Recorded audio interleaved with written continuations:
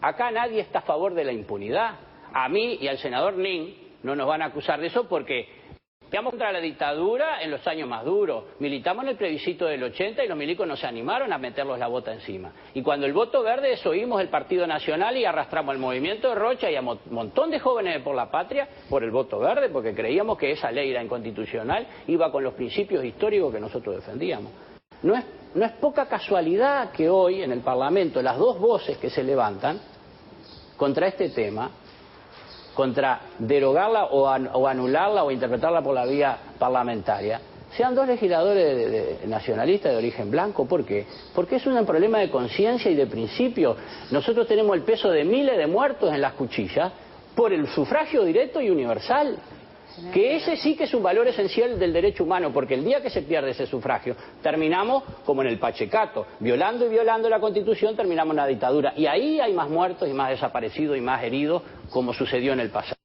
Entonces, que la ley de caducidad es inconstitucional, que la ley de caducidad viola los preceptos fundamentales de derechos humanos internacional, yo creo que no hay discusión en el marco de la sociedad. Juzgar intencionalidades de que el pueblo votó de una... Perdón, juzgar intencionalidades de que el pueblo uruguayo votó de una manera o de otra. Yo conozco cantidad de blancos colorados que metieron la rosada y conozco cantidad de frente amplistas que me dijeron yo no voy a poner la papeleta porque este tema está laudado. Es así. Pero cantidad, ¿no? Entonces, no se puede juzgar intencionalidad y no se podía poner otra papeleta porque el artículo 333 de la Constitución, si no hay dos normas en plebiscitar, la papeleta es una sola. No se puede pedir. Espere que hay cola y tenemos que hacer una pausa. Me gustaría escuchar a Macarena. Sí. Que es cierto que además, digo, y hay que aclararlo, son dos discusiones y dos situaciones diferentes, ¿no? Por un lado está cómo nos paramos como sociedad frente a este tema, y Macarena habla de su experiencia vital, ¿no? O sea, ahí hay otros elementos. ¿Escuchás esto y qué te pasa? No, mejor no lo digo explícitamente. No, yo simplemente, no por mi condición, por mi situación y por la de otros, no tengo más remedio que poner por delante el derecho a la vida, el derecho a la integridad.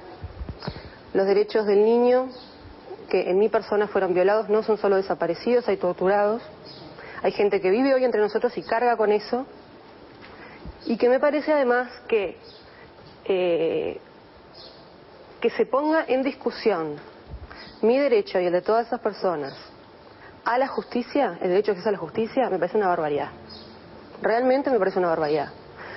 Así como me parece una barbaridad que siempre se evite esta discusión. Porque no es cierto que se evite esta discusión. Decir recién, porque me quedó la duda. Decir que no se contemple tu derecho y el de tantos como en tu situación, definitivamente que no la contemple la justicia.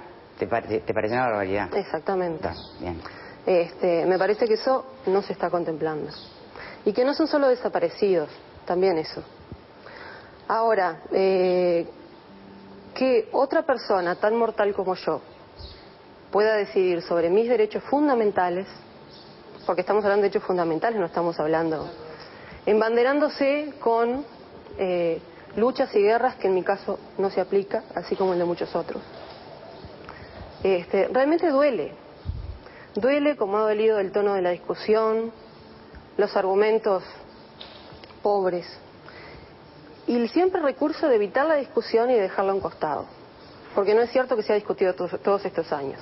Si se hubiera discutido todos estos años, yo a los 23 años hubiera sabido de qué me estaban hablando. Sin embargo, yo a partir de los 23 años me entero de qué están hablando. Entonces, si yo no me enteré, por algo es, porque una burbuja no vivía. Hacemos la primera pausa. Les recuerdo que Vía Confort está celebrando sus 50 años. Bueno, sé que hay mucha gente que quiere decir algo. Si me permiten solo una cosita más a Macarena y ya vuelvo al panel. Porque me parece que lo que ella planteaba era, y puede ir tal vez en esta dirección, cuando uno escucha argumentos, ¿no? Por ejemplo, que tienen que ver ahora con quienes se oponen al proyecto de ley interpretativo, sobre todo abogados, que entienden que este proyecto vulnera la cosa juzgada, lo que es inmutable, que todo eso le quita entonces el principio de derecho y la seguridad jurídica a un país. Eso, supongo yo, que es lo que a vos te debe hacer decir, ¿qué es esto que están discutiendo cuando mucho más importante es mi derecho? Sí, mi derecho como el de otros, ¿no? Digo, porque bueno, hay que ver en el plebiscito quiénes y que perdimos. Porque es muy fácil decir perdimos, pero hay que ver qué se perdió y quién perdió qué. Que ese es otro detalle que me parece que no es menor. Para Saravia, ¿qué resultado tuvo ese plebiscito? ¿Qué lectura hace de ese plebiscito?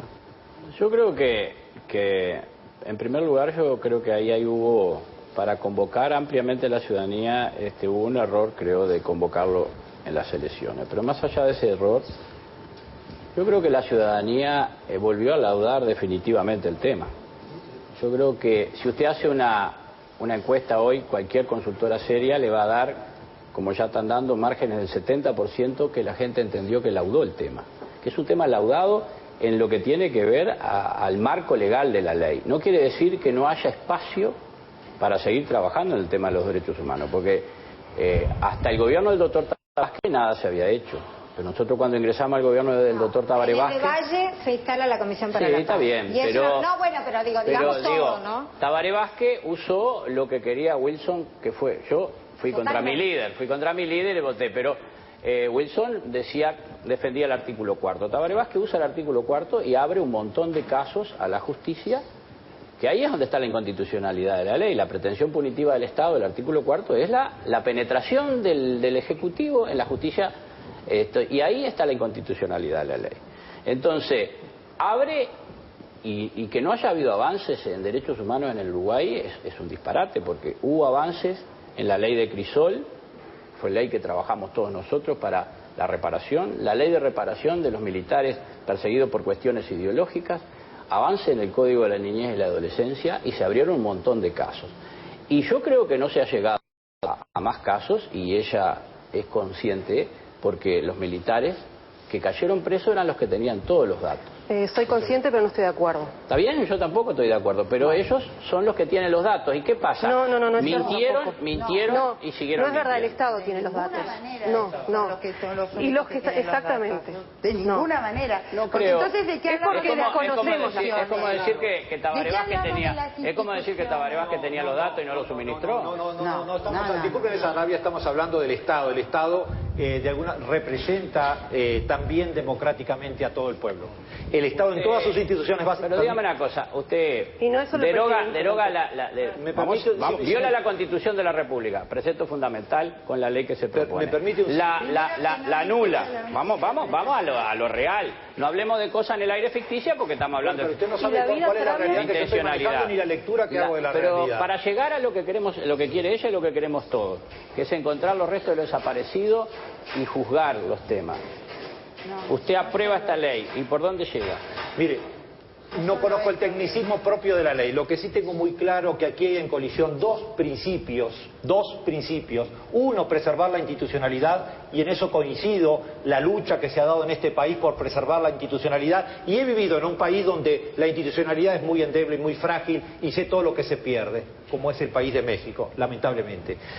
En Uruguay preservar la institucionalidad es muy importante para que la democracia. Pero ¿qué pasa?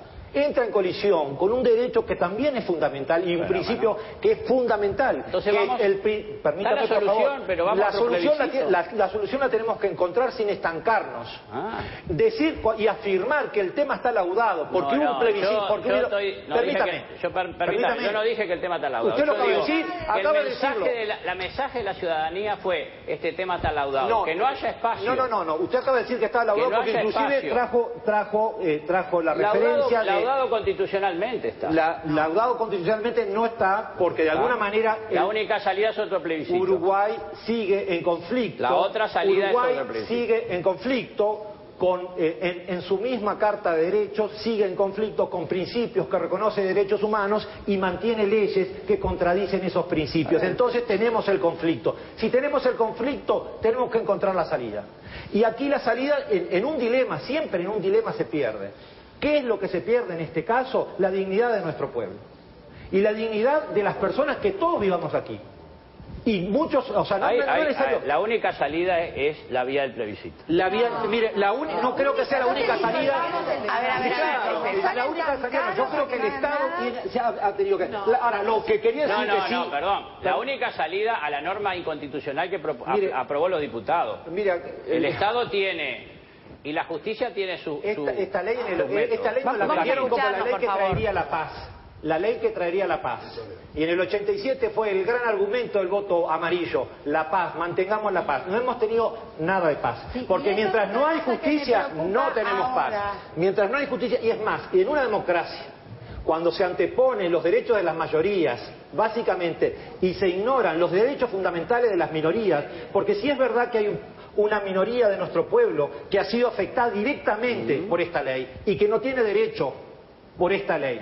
Pero si aplastamos el derecho de las minorías, también institucionalmente estamos destruyendo la democracia. Pero ¿y cómo resolvés la democracia? Y bueno, y esa es la discusión que tenemos que darnos. ¿Cómo no sé resolvés si la con esta ley o con democracia otra, si pero tenemos ponés que la darnos vía esa democrática a discusión. funcionar y tampoco cierra el Tenemos un parlamento resultado? para discutir que no discute. Momento, a ver. Esta ley abyecta, por decir lo más suave, denigrante para un país, tenía un artículo, y sigue teniendo el artículo 4, que permitía determinadas y permite determinadas cosas. Acá se mencionó que cuando el gobierno de Tabaré Vázquez no hubo nadie en este país que pensara que lograr meter en cana a torturadores, asesinos y violadores de la Constitución fueran a una cárcel VIP como se les construyó. Nadie, no estaba en la cabeza de nadie. En la cabeza de todo el mundo estaba que fueran penados, presos como todo el mundo. Quiere decir que ya partimos de una base absolutamente falsa, porque se les condenaba, pero cuidado, vamos a proteger a estos venerables ancianos que torturaron, asesinaron, hicieron todos los estropicios totales. Y yo quiero decirle, Sarabia, usted sabe que tengo por usted y por sus ideas, porque sus ideas vienen de un cordón umbilical que yo mucho valoro. Pero usted dijo que no hay que hacer juicios en el aire. Yo no hago juicios en el aire. Estábamos en Paysandú nosotros, peleando por la boleta rosada, y éramos 40 personas, creo que estaba Luis Puig ese día, y por otro lado había un acto del Frente Amplio de 3.000 personas, porque estaban peleando por ser diputados, senadores y todo. Es lícito todo eso. Pero al ver metido todo en la misma bolsa, usted ya mismo dijo, hubo frentistas que no votaron la papeleta, hubo grupos políticos que no. Entonces ¿pero ahora, a conciencia o por qué no? Ah, qué buena pregunta. En ese parlamento hay una cantidad de personas que ahora dicen esto y que no ensobraron, que no trabajaron. Yo, la mayoría de estos legisladores, no anduve a los tropezones.